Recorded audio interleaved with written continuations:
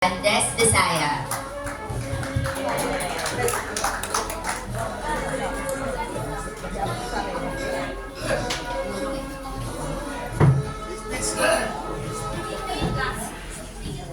Sa pwesto kanina. Sir Andres.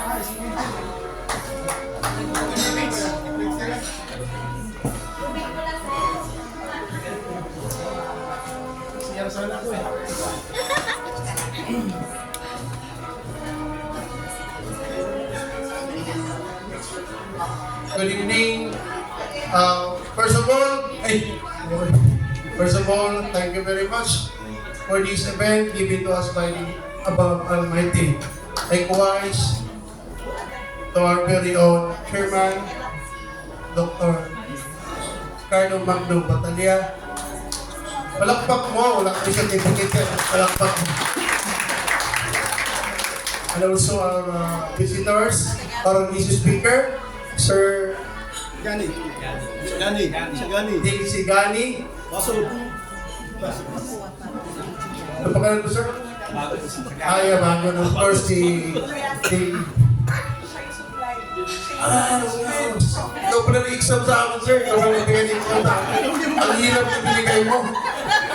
Pero anyway, sir, I try pasado kami doon. And of course, the late past governor of Quezon Province, Governor Rodriguez, and also the Vice Chairman of the Crime and Corruption Watch International, Kuya, Dr. Engineer Asik Walter Ocampo, ang dami yun. Likewise to our Secretary Director, Auntie Karen Batalya. And of course, all the lawyers, the legal lawyers, all the regional chairman of this respective regions, the city, barangay, whatever. Congratulations for the momentous event tonight. Sana nag-enjoy tayo. Kayo, as I've said, tayo po ang pinaka-prestigious observers all over the Philippines. We must be very proud of it. Isang mabuhay naman yan! Mabuhay ang City ng Buluay! Mabuhay si Chairman Batalya! Mabuhay tayong lahat! Ano, mabuhay na tayo ngayon. So, isa lang masabi ko. Concentrate on our respected region. Huwag tayo mag-overlap. At unang-una, ang very most important, huwag tayo. Anong huwag tayo? Isa lang. Alam niyo yan. Huwag tayong sinuso. Huwag tayong sinusa. What is the effort of every respective region under by individual observers? Yun tayo susuporta. To avoid it be in our organization, we should respect, we should have our own delicadeza. So, as much as possible, greetings is there, but we need cast tonight. Alam mo yun? Respect all one with another.